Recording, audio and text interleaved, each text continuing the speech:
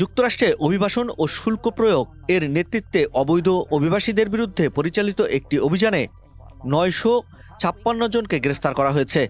স্থানীয় সময় রবিবার এই অভিযান পরিচালনা করা হয়। এক প্রতিবেদনে সংবাদ সংস্থা এপি এ তথ্য জানিয়েছে।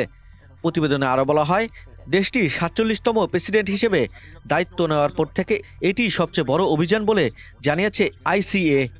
অভিযানে আইসিএর পাশাপাশি অংশ নিয়েছে এফবিআই, ড্রাগ এনফোর্সমেন্ট অ্যাডমিনিস্ট্রেশন সহ বিচার বিভাগের বিভিন্ন সংস্থার সদস্যরা। যুক্তরাষ্ট্রের বিভিন্ন শহর যেমন শিকাগো, নিউ জার্সি ও মিয়ামিতে পরিচালিত হয় এই অভিযান।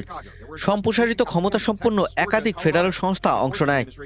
ট্রাম্প তার নির্বাচনী প্রচারে অবৈধ অভিবাসীদের ব্যাপক হারে বহিষ্কারের প্রতিশ্রুতি দিয়েছিলেন। ক্ষমতায় এসে অভিবাসন ব্যবস্থায় পরিবর্তন আনতে তিনি 21টি নির্বাহী আদেশ জারি করেছেন। It all started when Colombia's president, Gustavo Petro, blocked U.S. military flights from carrying Colombian migrants back to their home country. In response, Trump threatened a 20